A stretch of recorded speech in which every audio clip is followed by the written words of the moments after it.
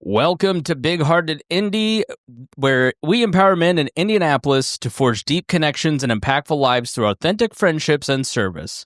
Join us as we explore personal growth, community leadership, and the transformative power of living out our faith in action.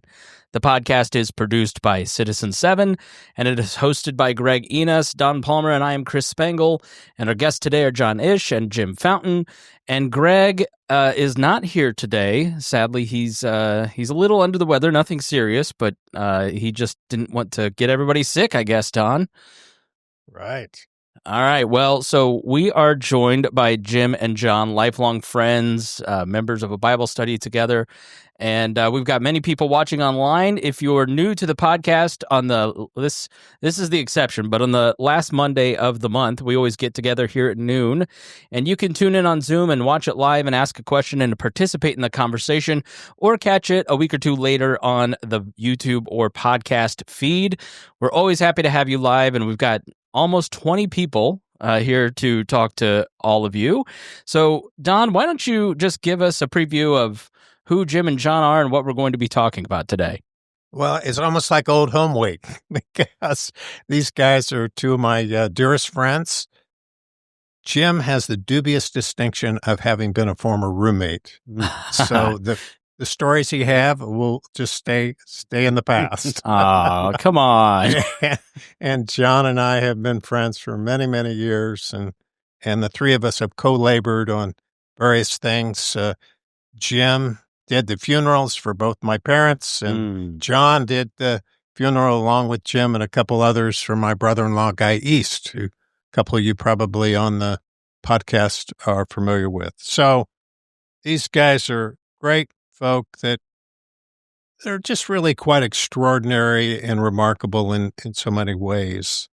They have a Bible study that's going on some 32 years. John is a former heart surgeon, has a couples ministry, has a discipling ministry, and just some really cool things. But some folk, don't know much about you guys. So maybe start off, John, and just tell us, where you grew up and just a little about your background. Sure, Don. Happy to. My origin is in northeast Indiana, a little town that's about 8,000 people called Bluffton, and had an opportunity to be influenced by a clinic that was sort of a mini Mayo Clinic. And so from early on, I wanted to go into medicine, and that sort of directed my path. That all came to pass, raised by two wonderful parents who really were serious about their walk with Jesus, and I learned early on that that's what life is all about. So brought that into every aspect of my life from then on. Was able to, after long years of training, to come back here to Indianapolis and start a practice in heart surgery, and that's just been, that gave me all kinds of opportunities to meet all kinds of people. So it's been a rich and rewarding life. Thankful. And where did you do your academic work? I went to undergrad at Purdue. Okay. Go Boilers. Pardon? Go Boilers. I was only there 3 years and on a fast track to get to medical school, so I wasn't too involved in all the extracurricular activities. Went to medical school here at IU, and then training here and at the University of Miami, down in Miami for specialized training, and then back here in 1973 started. Okay. Yeah. And you were with the care group, as I remember. Well, in the beginning, there were just two of us. Okay. I happened to join my former professor. I was 30. He was 65, had been the chair of IU surgery department for 25 years. And because of that kind of a legal restriction, he had to leave the chairman role and was invited to start a new program at St. Vincent. Okay. And so he called me, and I was finishing up, and we started at the old St. Vincent Hospital on Fall Creek, which is now Ivy Tech. Yeah. Just the two of us. And back in the day when if it got hot in the OR, you opened the window. So a lot of things have happened since then. Yeah. Very good. Quite a ride. Yeah. So, Jim, tell us a little about you. Sure. I was born in New York, Ithaca, New York. My dad was in graduate school at Cornell. Moved to Indianapolis when I was 6 years old. Lived in that home in Indianapolis all the way through high school. Went to North Central High School. As brilliant and as accomplished as John Isch is, I wasn't quite on that same track. I was more social and got through high school at North Central. Went to a year of school in a Christian school in New York called Houghton, which is similar to Indiana Wesleyan. They didn't think I was as funny as I thought I was, and they asked me to move on. So I came back, and that's where I ended up connecting with Don.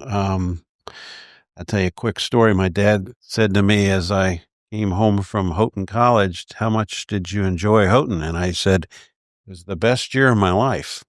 He said, "I'm glad that you enjoyed that, but because you got kicked out of Houghton, you owe me all the money that I paid for Houghton College, and you have 2 weeks to move out of the house." And that was a pretty strong blow to me. And and the other thing was, and I'm not paying for another dime of school going forward. So I found a job. And he wasn't, he backed that up. Oh, yeah. He backed it up big time. Yes, sir. But you know what? That was the best thing that ever happened to me. And believe it or not, my dad and my relationship, that was a rough, rugged time, but he was the best man at my wedding. So we came around to a great understanding. But that's how I connected with Don. Don was living with a Young Life guy named Bob Berger. And I ended up connecting with the two of them, lived with them for a while, and ended up going into Young Life, went on Young Life's staff, went on student staff, worked my way through IUPUI, paid for all my own education, got done with IUPUI, got married, moved to Akron, Ohio for 5 years, and then Columbus for 5 and back to Indy. And So how would you say, did you say your dad was the best man in your wedding? He was. Yeah. What made that relationship so special? I guess I'd start with that. Okay. We're going to go down that road. All right. Can you pull the mic closer to you? Sure. I would say that my relationship with my dad became close. My spiritual journey was full of rebellion, and I didn't really want a lot to do with faith. And my dad would press into that. He got to know a man by the name of Arnie Jacobs and really fell in love with the ministry of Young Life and felt like that might be a great connection for me in my faith journey. And I pushed away from my folks, from our church. And then when really my world collided with getting kicked out of school and having to go on my own, live with Don, I really started to respect my dad and feel like, everything he's been telling me and teaching me and talking about faith and talking about life and responsibilities started to click. And so then I started to make decisions. And then as I went into ministry, he became a real partner and a comrade to me and counselor and advisor. My dad was full of wisdom. And we just connected. And so it came down to my wedding. And, when you get married, you think, well, who would be in my wedding? And at that point in my life, my greatest confidant was my dad. So I asked him, which is an odd thing a little, to be honest with you, to have your dad up front. But I pushed through it and said, love the fact that my dad's standing beside me. So it was a cool thing. It was neat. So in the midst of all that rebellion, he seemed to be steadfast with you, kind of love you through it. Not sure loving is the word I'd use. But Kick your Colorful. tail. oh yeah. There was a lot of push, but yes. Yeah, but the fact that you're sitting here talking about it this many years later and how impactful Yeah. it seemed to be is it's a testament to that it was a form of love, I guess. 100%. Yeah. And so he changed my life. I mean, and so that was good. Yeah. So Jim's kind of spiritual journey was impacted by rebellion and kind of hardship and kind of a 2x4 to the side of the head. John, what were you said you grew up, with Christian parents and kind of solidly in the faith. What were spiritual catalysts in your journey?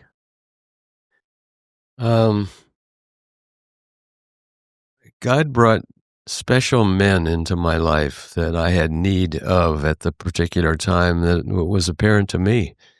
And they really began to pour into my life and encourage me to do what the Bible really instructs us to be about. And I had seen it in my parents and in my local church community where I grew up, but I had not really been, if you will, discipled in a formal way to really understand how it all works. I followed their model, but it had not really become mine until that all began to happen. And I began to open the Bible for myself and really study it diligently like I would biochemistry or anything else. And to say, if all this academic stuff is important for where I feel I'm going vocationally, then certainly because spiritual issues are eternal, maybe I better pay a lot of attention to applying myself with as much discipline and rigor to what the Bible says about life as I am my vocational.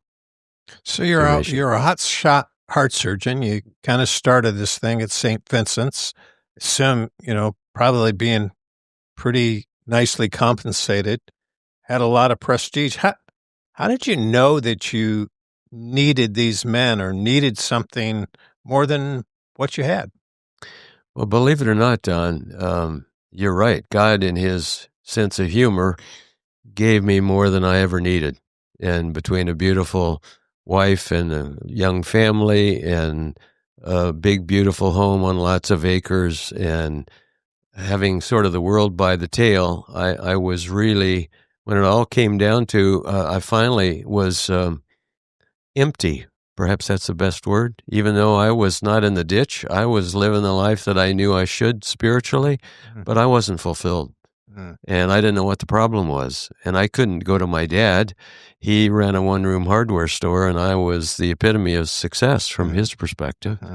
I couldn't go to my partner. He was a world-renowned heart surgeon who was as secular as could be and would have thought I was crazy. He spent his years putting me on a pedestal like he was on. And so it was that brokenness and crying out to God and saying, help. And God, at that point, when I didn't know where else to go, in fact, had applied to a seminary thinking that if I'm not fulfilled in medicine, maybe ministry is the way to go, not realizing that medicine was my ministry. And God opened the door at that point and brought about a half a dozen men into my life who really helped me understand it and enabled me to do what I needed to do to be able to fit into the role that he had designed for me from long ago that I had no clue of. Do you think that it required a certain level of humility? A lot of us do well. Hey, I married 3 kids. Things are rocking and rolling. Where did, and a lot of people kind of want a mentor or want somebody to kind of take them under the wing, but can't find them or don't know how to do it. What would you say to someone relative to that need or how that happened in your life? Well, I think Jesus said it simply and better than I ever could when he said that without me, you can do nothing. And I think in my area of medicine where that was high tech and pioneering and was risky, back in that day, it was in the very formative days of cardiac surgery. And so, if you made a slight mistake, people's lives were at risk. And that really drove me to my knees and to an open acknowledgement that, Lord, you're the master plumber here. And unless you really help me, not only technically in the operating room, but in terms of kind of providing the guidance for this growing organization, I was way out of my league. Yeah. And it grew like crazy and had such potential. And, I saw arrogance all around me. I had wonderful partners that were very skilled, but humility was not a part of their life in general. And I recognized that, Lord, you're going to have to come through here or this isn't going to end well. And so learned early on among a whole setting of jet fighter pilots, which is what you kind of have to be to do what I did, that humility is the key to really making all this happen, to say, Lord, here it is. You do with me and with what I'm about in the way you want to. How would you define humility? I think it's a word that we hear a lot, especially in spiritual context. But when you look around and you say, bring humility into this place, what did that look like? I think maybe a kind of a dictionary definition might be not to think of yourself more highly than you ought to. But I read once from an old saint that humility is not thinking of yourself at all. It's really all about God and his purposes and plan for my life and enabling him to really take charge. Surrender with a capital S. And then recognizing his guideposts and his provision and what he would like to do through us to accomplish what he has in mind, how he made us. I remember after coming to that, of being more settled, after trusting him with everything that was going on, the great peace and joy that brought. Reminded me of that, you remember Jim Elliot in Chariots of Fire when he was running and his sister was chastening him for why he didn't go to China to become the missionary that he was destined to be. And he said, well, that's because when I run, I feel his pleasure. And that was me. At the end of a day, when things were done, it was a sweet time because I sensed this is what I'm made for. What was your lifestyle back then? We hear a lot about work-life balance and various things. I mean, what did the life of a heart surgeon look like back then? It certainly wasn't balanced by today's definition. Right. There were 80, 100-hour weeks. How many? 80 to 100 hours regularly. I feel like that's a lot. I'd take a nap before you do my heart. Well, you go through a lot of years of training so that you are up to standing in one place for 6, 8, 10, 12 hours and doing it well. You just, there's a lot of untapped resources in our makeup that we don't take advantage of. Now, I'm not saying that was right, but it worked, and it was, you kind of grew up in the era where the old guard said, well, I did it, you have to do it. Yeah. And we began to put in place in our organization some kind of guardrails that I knew from the beginning this wasn't healthy from a family standpoint. So design systems that would allow guys to get off. And then you really were very careful with how you use your time. I mean, I early on decided I wasn't going to play golf, that it was going to be basically work, family, and ministry initiatives. God honored that. How did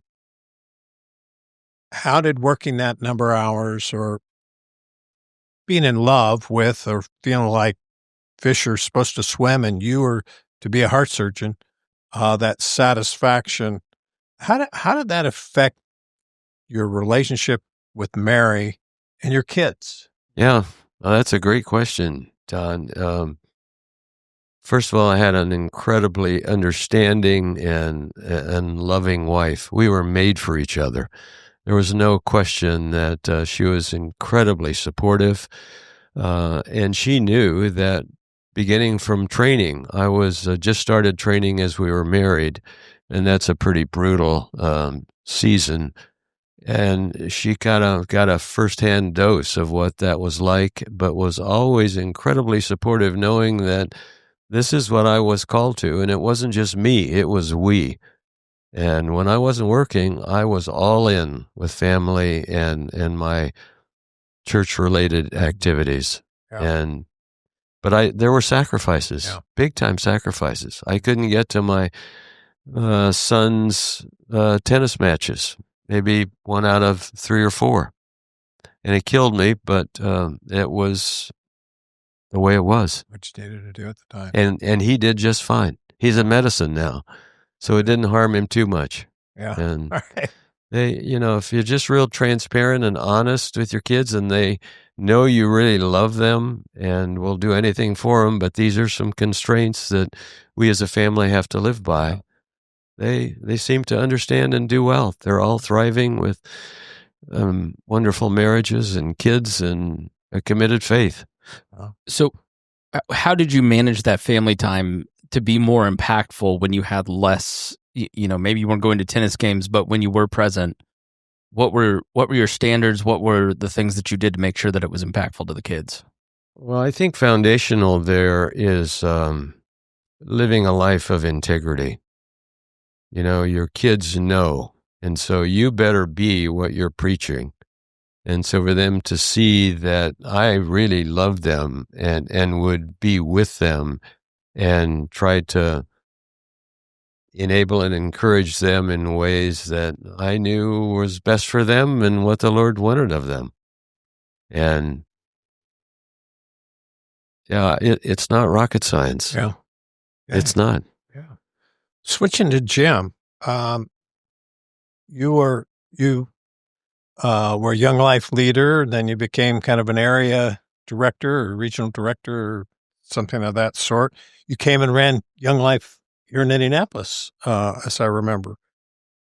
Lots of people on this call and people that know you. A lot of people are in transitions, right? In terms of technology changes, layoffs, you name it. How did you know to get out of ministry and go into the marketplace? Well, that's another good question. That's why you sit there and we sit here. That's amazing. That's a penetrating question that any man or woman in a transition finds himself trying to figure out, how do I know? How do I know if this is right? I will tell you from my perspective, when I left ministry, it felt like I was leaving faith. It felt like I was leaving family. Because every day I got up, I was sharing Christ, and it was a vision for how to impact the kingdom. And then to make a transition to a business world where that wasn't a part of it, it was a real disconnect. It was hard. And I prayed a lot about that. Like, Lord, am I really doing the right thing? Should I really be worrying about sales now and numbers and revenue and production? And that was not an easy transition. So how did I do that? I really feel like God just made that comfortable for me. I just felt like I knew I did 16 years in ministry, and I knew at that point I needed to leave ministry. I'd hit kind of a wall. My age, I was aged out from being able to relate to high school kids like I did 16 years before. I'd kind of hit a ceiling in terms of the impact for the whole global ministry. I actually left the ministry with a president of Young Life at that time, and he and I worked together for a year. So we kind of left at the same time, but it was not easy to make that shift. But then as I stepped out of the boat, and God calls Peter out of the boat, and it doesn't make sense to throw his leg over that boat and walk on water. I said, okay, I'm going to step out of this boat of ministry. I don't know that it makes sense, and I'm pretty sure you're the one saying, come. And all right, I'm going to step out. Then all of a sudden, just like Peter, the miracles started to happen. I mean, I could stand on water. I was having success in business. I was feeling like, God was rewarding the efforts, and I felt blessed. So to answer that question, I think you have to, one, really have a strong faith to know it's the right thing to do. And then you have to have a lot of faith and trust that where I'm going is right. And God rewarded it for me. Yeah. Very good. Chris, you had a question. I hear about Young Life a lot, and it's around Citizen 7. Yeah. Can you explain what it is? Yeah, it's an incarnational, what's the word? International? No. Incarnational? Incarnational, thank you. I haven't been in ministry in a while. Incarnational evangelical ministry, where it's to high school kids, but actually it's grown since I was there to junior high, special needs, maybe mothers. I mean, there's a huge ministry that's going on, and it's a relational way of sharing Christ with folk. And when I was doing it in the 70s and 80s, our job was to go to where the kids are, go to the high school, which was different than when I looked at a church. Felt like the church was allowing kids to come to them. There wasn't a lot of, I'm going to their world. Right. And so I became a coach. I became a tender. I'd go to basketball practices and ask the coach, and I became chaplain of the teams. But I lived in the world with kids for the sole purpose to share Christ. And it is a wonderful way to share faith with high school kids. So when you do that day in, day out for so long, I imagine that once you step out of that, I'm sure there's like a period of I'm just going to take a break. But then I'm sure that itch to get involved in people's lives through ministry starts to, what did you do next? Yeah. So how did you serve next? It's a great question. So what I would tell you is I still did it. I didn't necessarily do it with high school kids. I did it with peers. I did it with maybe folks that were young career, first, young married. That's part of who I am. People have called me a dot connector. I connect people and I find folks where they are and try to plug them in. So our Bible study is a great example. Yeah, I'm itching to get to that. Tell us how this Bible study formed and what's the genesis of it? Yeah, great question. So 30 plus 31, 32 years ago, I got a call from a cousin of Don's, David Palmer, and he said, I'd like to start a Bible study. Would you want to do a Bible study? And I said, sure. David was in business in great kitchens or whatever the world business he was in. And then we had lunch, and I'll never forget that lunch. And I looked at him and I said, David, how long do you think we should have this Bible study? How long should it go? And he said, well, I think forever. And I said, that's a great recruitment tool. Yeah. And that's what I said, okay, ambitious. Ironically, David doesn't come to the Bible study anymore, but so I think you should do it forever. Exactly. Thank you. Exactly. So I remember saying to him, well, I believe if we want this Bible study to go on forever, it cannot be about one person, one book, one sermon. It has to be on Scripture. And he said, 100%. I said, so when we get together, let's focus on the Word. And let's focus on what did God teach us this week in the Scripture. Not in a sermon, but in the Scripture. And so we started with maybe 7 of us in David's boardroom right off of Meridian. And we came and we would go around the room, and nobody was leading, but we would share, what did God teach you in the Scripture this week? And you had to come and you had to be ready. And a couple things happened. One, we focused on what everybody learned, but 2, I had to bring something that I had learned from the Scripture. Yeah. So it was a real challenge for me to make sure I was learning from the Word and being ready on Friday to talk about it. And that group grew. We changed locations.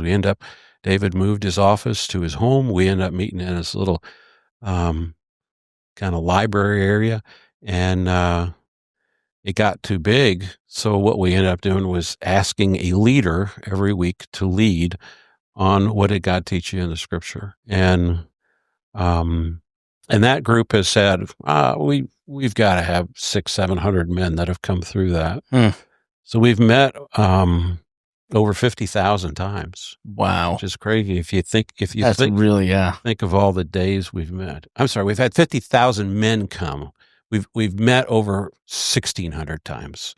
So right now we're anywhere from around 50, sometimes 60 guys that come every week, and it's impactful. I walked out of a study with a gentleman this week, and he's been coming for maybe 6 or 7 years. And I looked at him and I said, "Tell me why you come." He goes, "I just am so encouraged every time I come." And he goes, "Jim, I never regret coming, but I have often regret not coming." And I thought, wow, that was powerful as I got in my car and went on Friday. Never regret coming. And maybe it's just, I'm a millennial, but I feel like we have to have permission for everything. So like the idea that a friend would call you and say, "Let's start a Bible study," I'd go, "Well, do we need a church to sanction this? Is there a pastor there that's going to check our theology?" Like, that to me is really interesting, that it's just, well, we're friends. Let's get together and talk about Jesus and the Scriptures. Yeah. I guess my brain, me and my friends haven't talked about that. So I think that's an important lesson. Yeah. It's time to, Chris. Yeah. So, John, tell us how you got, obviously, you weren't able to be involved in this until you were retired, I assume? Yeah, I've been retired over 20 years now, and I think it's apparent I'm the old man in this group. But they started 7 o'clock on Sunday or on Friday morning, and there's no way I could get there. I was long at work at that point. But it's the first Friday after I retired, I went because I knew many of the guys for years, and I've never looked back. I don't think I've ever missed a Friday that I've been in town. Wow. Since. And it's just been for a whole host of reasons, not only in what you learn from the Scriptures about how to do life in all its complicated areas, but just to develop friendships of kindred spirits, men whose heart beats like yours, that you can kind of arm in arm walk through life with, and know that you could call in a crisis and they'd be there in a heartbeat. And many men are lonely these days. They don't have that. And for the three of us to have shared that and to look at each other and say, "Yeah, you're a brother that I could count on regardless of what happens," is just a precious treasure. So true. So, why do you think it's lasted so long? And, there's, say, 50. There's times that I've been there, there've been, say, 30. And, there's only a certain amount of time that the Bible study. What's been the magic? Why are people have that level of maybe authenticity or that level of camaraderie? I think foundationally, God has enabled it, Don. He's pleased with what happens there, primarily because this isn't about us. We're just ordinary guys. Yeah. This is about Him and His Word, and allowing the combination of the Spirit and the Scriptures and the saints, the men, to make other men into the men that God would have them to be, and to be real with each other, and to talk about hard things, and to get in each other's grill when it's needed, and to be there for when the crises come, and just to love each other well. Our wives do that far better than we. They just do. And yet for us to have the privilege to do that together in community, is it's one of the richest treasures of my life. And our wives would say, absolutely. In fact, just this past week, a guy who's been coming from, Dan Chapman, called me forever and says, the reason I come to this study often is that my wife tells me, get off your lazy fanny and go to study. Uh-huh. And he said every time I love it. Yeah. I'm enriched by it. That's good. How do you think your relationship, we read about friendships or think about friendships. People are certainly more isolated than ever in terms of having everything delivered and streaming instead of going out and you name it. How do you think serving together, serving at National Christian Foundation of Indiana, serving in the Bible study, how has that made your friendship more special? For John and I, right? Yeah. Yeah. Uh-huh. Well, so people ask me, my sons have asked me, tell me about your relationship with John. And so my oldest is 38, 35, 33, and they're in a part of life where some folks are, and they're just trying to figure out what do I do. But they see my relationship and particularly my relationship with John. And I've always told my kids, find somebody you can respect spiritually and grab onto their coattail. Grab on and just hang on and ask questions and connect and love on them. And John and I knew each other. We were talking on the way down here when we first met. We really knew each other through some ministry stuff. I met him when his daughter was going on a Young Life trip. It's the first time I met him, and he was putting her on a bus, taking her to Saranac with a bunch of kids from North Central. And we connected through a kind of a go deep study at our church. And there was a couple hundred of us in there. And just kind of knew each other through the grapevine. And then when John retired, he started coming to Bible study, and then we started to connect. And so that was only 20 years ago. But I look at my relationship with John now, and we have served on church boards, NCF board. What other boards have we been on? We've been on any other boards? Well, you come to our Bible study in our home, and Bible study. He has a couples Bible study that Kathy and I have been in probably for 10 years. And I look at John as an older brother, as somebody that I can bounce ideas off of. And, John's a wonderful man, but it's so funny when he doesn't see something in your life that's quite right, or if you don't say something that's quite right, you get the John-ish, So we'll sit at lunch and I'll say something and he'll go, and I know that means I'm not on the same track with my brother here. And then, all right, tell me what you think. And he almost always backs whatever his or his concern is with scripture. And that's what penetrates my heart. And I go, I got to be in with that guy a lot more. You guys couldn't be more different. Oh, isn't that the truth? You're a feeler. You're a communicator. John's a hard shirt. I mean, no, 100%. So, John, how would you react to that in terms of how your relationship's different by you serving together? How's that affected your friendship? The Bible says that he who has friends must show himself friendly. And Jim is a friend to anybody and everybody. And I think the greatest gift that Jim's given me is the gift of humor.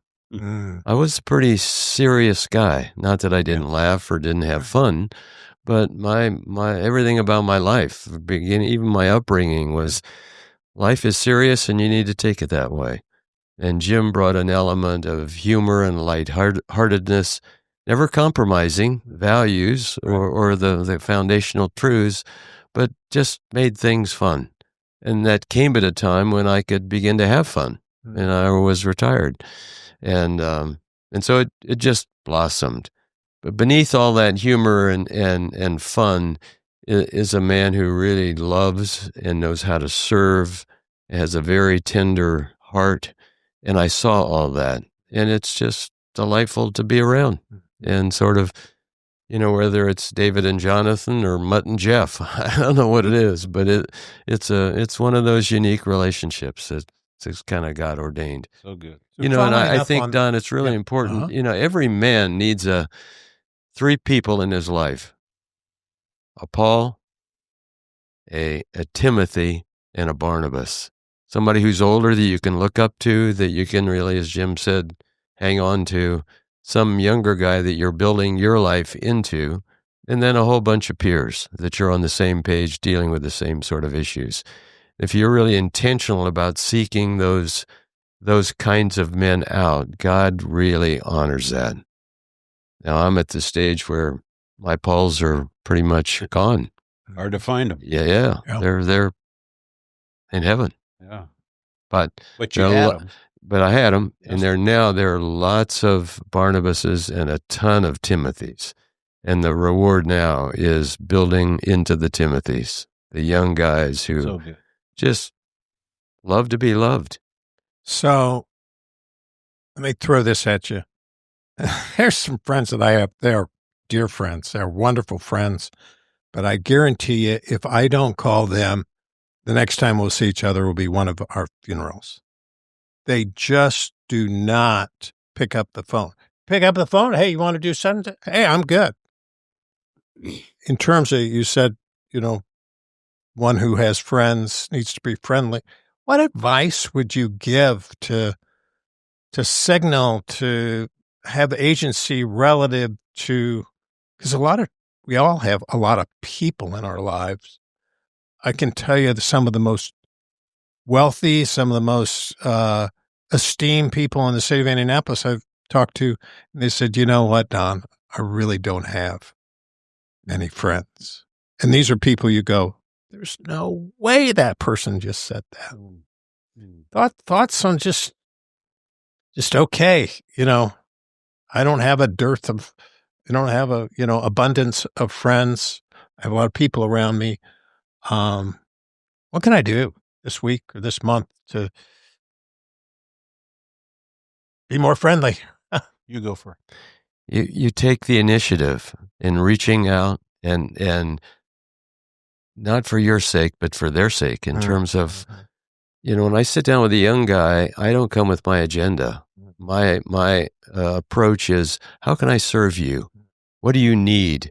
What are you struggling with? How can I be of help? How can I just love you in a way that you don't experience from other men? Not in an effeminate way, but a very masculine way, but just to show concern. Jesus was the ultimate friend because he was the ultimate servant.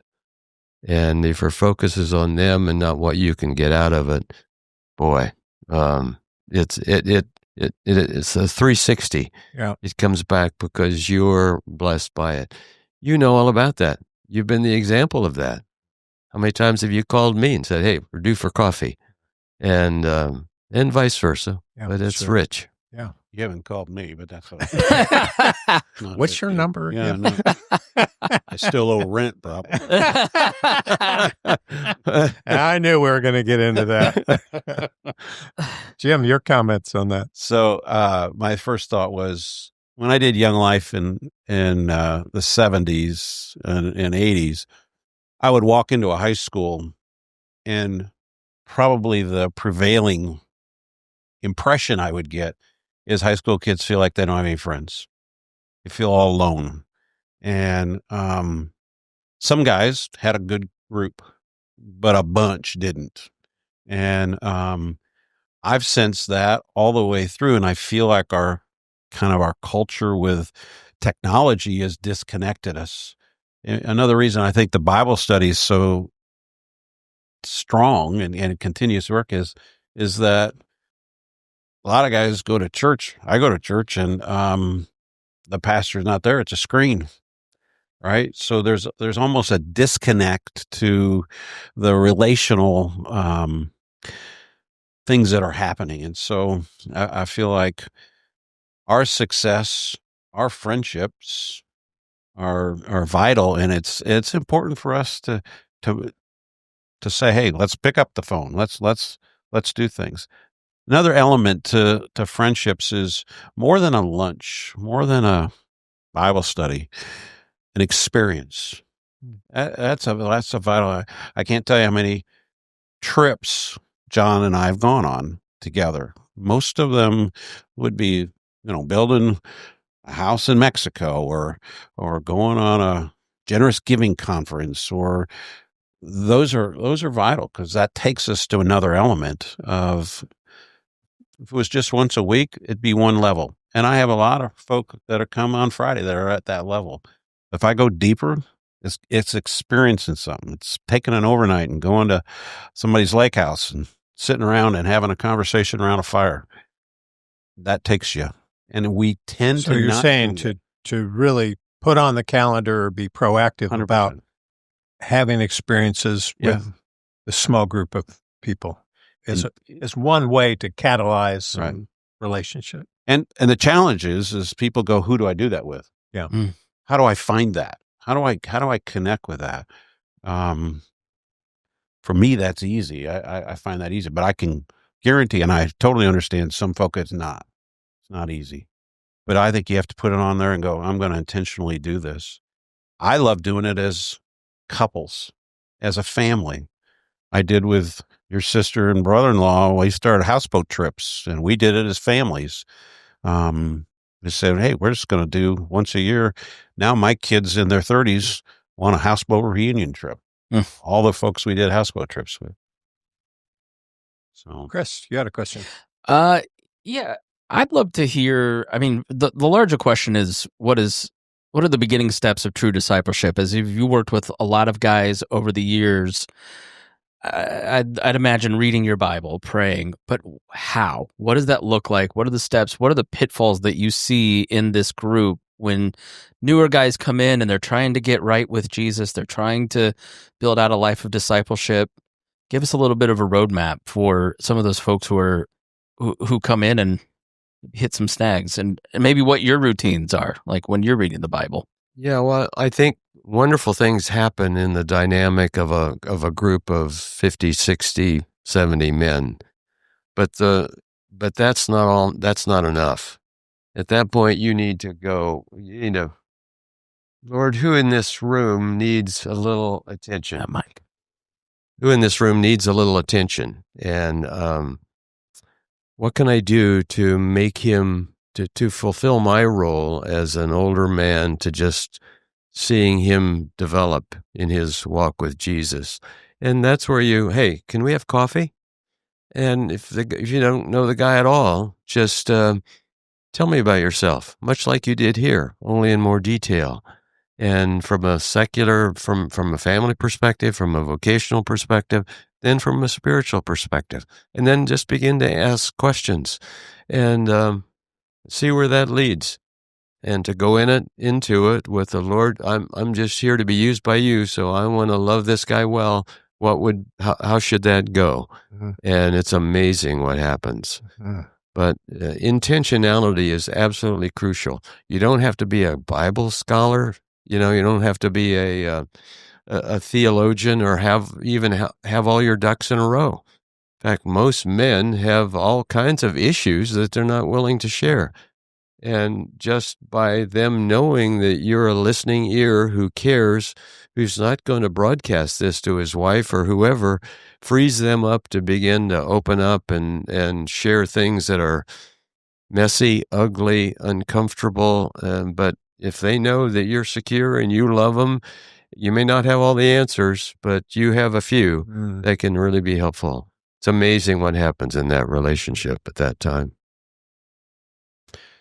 So as he was talking, I'll give you a little bit of a story. Intentionality on somebody who's seeking wisdom or seeking advice or seeking, but also a man like John intentionally says, at Bible study. I'm going to go talk to somebody and I'm going to ask them to breakfast, right? Or Don says, I'm going to pick up the phone and call somebody. So I'll tell you this story, and maybe folks who will listen to this would have heard this, but my youngest son, Justin, calls me up and he says, Dad, I'm going to do something. You're not going to like it, but God told me to do it. Now, as a dad, I'm going to do something that intrigues me and I'm excited. I'm already turned off by the fact he says you're not going to like it, but I got trumped by the fact that he said God told me to do it. So whatever it is, I'm going to have to just sit back and let it happen. And I said, what are you going to do? And he says, Dad, I'm going to hitchhike from Fort Collins, Colorado, where he lived, to Anchorage, Alaska. And I said, why would you do that? And he goes, he's a videographer. He says, I want to video all the people who pick me up. And I want to ask them their perspective on life. And I want to share my perspective. And I want to film that interaction with all these different people and let God just bring into my world whoever he would want. And I said, well, Justin, that is scary. First question is, Dad, can I track you? I want to know where he is. He said, yeah. So I track him. He calls and he says, Dad, my buddy's taking me down to I-25, which is outside of Fort Collins, and he's going to drop me at the exit. And I'm heading out this afternoon. And he starts videoing. If you see his video, he says, as he's standing there self-videoing himself, he says, Stoke is high. Stoke is really high right now. And cars are whizzing by, and he gets picked up, and I track him, and I watch him go up 25 into Montana, and all of a sudden he's almost to Canada. I'm like, oh my goodness, look at where he's going. And he calls up and he says, Dad, I was turned away at the border in Canada. They wouldn't let me in. I said, well, you have your passport? I said, yeah. I said, well, why won't they let you in? He says, well, I don't have any money. I said, you don't have any money? How do you not have any money on this 3,000 mile trip? He goes, I said, well, just show him your credit cards. He goes, well, I didn't bring any credit cards. I said, son, you're telling me that you went on this trip and you have no money and no credit cards. And he said, yeah. And I was not happy as a dad, not proud of how I reacted. And I said, why? And he said, if I'd have brought that, all that would have done is limit what God can do. And at that moment, I was blown away as a dad. Like, wow. So I said, now I go into solve my kid's problem mode. So I said, all right, tell me, what's it going to take? And they tell me I have to show that I have $1,000 and access to it. And I said, do you have any idea why? And he says, no. And I said, well, I do. It's because they have health care that's going to cover all their people. And if you walk in and you have an issue, they got to take care of you. They want to make sure you can get out. He says, oh. I said, go back and go to the bank, call your mom, tell her you're a bank, and we'll wire you $1,000 loan, and we'll get that covered. So he goes back, and he goes back up and goes to the border, and they won't let him in again. And he calls and says they won't let me in again, and I don't have a travel insurance policy, which is a $60 policy. And I was in the insurance world. I said, I can get you I just go down here. So now he's back in a town, and he says, Dad, do you know how hard it is to get a ride hitchhiking across the border? He said, I could wait 7 to 10 hours. Who's going to pick up a hitchhiker and go across a border? So to help conclude that story, he's waiting for the third ride. And he said, I asked him, who picks you up? He said, normally it's old men in pickup trucks. I said, why is that? He goes, because they remember hitchhiking as a kid. The guy in the Mercedes not going to pick me up. The old man in the pickup truck's going to remember. I remember doing this. He said, I saw a guy coming in an old pickup truck, and he said, my thing was I'd tip my hat and I'd wave at him and I'd say, hey, as they'd slowly go by, thanks for thinking about picking me up. He saw a truck come, He did the same thing. Justin said he waved at him. And then a few minutes later, he saw that truck come back, went down around and came up and rolled his passenger window down. And the guy says, "Are you trying to get across the border?" And he said, "Yeah, I am." He's the gentleman, older guy driving the truck, says, "I got 3 questions for you. Are you running from the law?" He said, "No, sir." He said, "You got a gun?" "No, sir." "You have any drugs?" "No, sir." He said, "Okay, get in the truck." Justin says, "Before I get in the truck, I got 3 questions for you. Are you running from the law?" Guy looks at him and goes, "No." He says, "Do you have a gun?" "No." "Do you have any drugs?" "No." The guy goes, "Why?" He says, "Because as soon as we go to the border, I've gone twice and they won't let me in. They're going to pull us aside and they're going to search your truck and they're going to ask you a lot of questions," which aggravated this gentleman. He said, "Get in the truck. I'm getting you across the border." So he got in the truck, got across the border. He had all the credentials. That man bought him a meal. My son is calling probably right now. Yeah. My son did not miss a meal. He slept alongside in a sleeping bag a number of nights, but many nights somebody would take him in. He had 52 rides, and he has 52 stories, and he made it to Anchorage. And his determination to do that just inspired me. And I think that's a part of our life. Inspired you in what way, or what was your takeaway from that? Well, it was like, one, it was a life lesson of, I don't go out without 2 or 3 credit cards and $100 in my pocket. And what am I doing in limiting what God can do? And so it's an inspiration to say, how much faith do I have? God tells me to do something. How much faith do I have?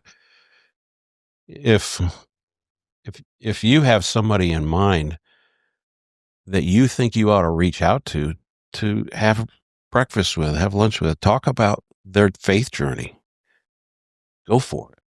Go for it. If you have a process in your life where you're going, I really would love to have somebody like John Isch just speak into my life, call him up, right? That determination. What happens is we tend to revert back and we get into some kind of a shell, but we miss out so many opportunities. So for Dustin, when he did that, it was like, wow, that was, at 60 years old, my kid's teaching me. That's amazing. Sorry that took so long. No, that was wonderful. Yeah. Beautiful. Well, we need to finish up here. Why don't we just, if there's anything you want to say, if the Bible study is something you want people to come to, you can Nah, it's plug closed. that. We don't want anybody there. Okay. Yeah. I mean, when you said 60, I was like, all right, maybe they want to No. invite people. Don, So why it don't you meets take at us up? the MCL, right? Yeah. At Carmel. Yeah, we Friday mornings at happy to have anybody. 7? It's not connected to any church. It's not connected to anything other than a bunch of guys get together. it's And big enough. You can come You in can and come be a in. stranger and be just fine. there are a whole bunch of people that come and they can't come every week. So every week it's different. It's a different people. Every week's a different leader. And you're welcome to come. It's MCL at 116th and Keystone up in Carmel. But if that doesn't work for you, find an alternative in a 100%. way that you can intentionally pursue your relationship with Jesus. You'll never regret it. It'll make your life here so much more rewarding and fruitful and delightful, and not easy necessarily, but you'll be on target. Yeah. What you're called for.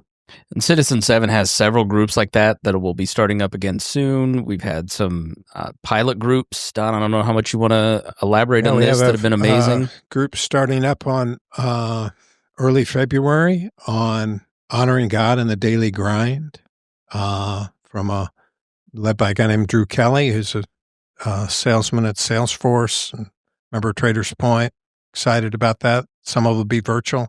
We have a small group on restored family, how to be a leader in your family on a more Christian perspective, and how to be dialed in on that. We have 2 or 3 other groups. Got some exciting things. We've got Dr. Michael Lindsay coming to kick us off next year, early February, president of Taylor University, on being a servant leader and in a 21st century world. And so we've got some really great things. Citizen 7, Citizen Singular, the number 7, Indy.com, give you a schedule of events. Plenty of ways to engage. We got a trout fishing thing going in terms of experiences.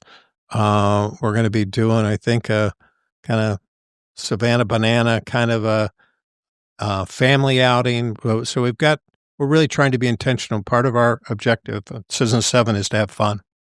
We'll save the world together. We'll seek the Lord, but we also should enjoy each other's company. And a lot of these things are smaller, 16, 15 or less. So first come, first serve. Make sure you get on the email list at citizen7indy.com. Jim, John, thank you so much for joining us. It's a privilege. Thank you, Chris. Delightful to be here. Keep up the good work, Don. Yeah. Proud of you, 100%. buddy. We didn't get any embarrassing stories about him. Come on. We'll kind of have to have these guys back. These two are two of the preeminent leaders in generosity in Indiana, and Jim serves as chair of the Wheeler Mission Board. John's been chair of the Walk Through the Bible Board and Navigators Board, and in terms of big-hearted living. So at some point in time, we'll have you back, and we'll talk about what's a big-hearted life be like in light of Jesus Christ. Russ says, thank you so much for this episode. And John and Jim, thank you for being such good and faithful servants. So encouraging and inspiring. And for Jim, go Highlanders. All right. Well, thanks so much for joining us here on the podcast. We hope that you learned something, that you felt something. And if you did, please share this with another guy. Just send it to them and text message, send it to a group of guys. Spread the word so we can continue to spread the message and the mission here about Citizen 7 Indy. And we will see you again in the new year. Thank you for joining us.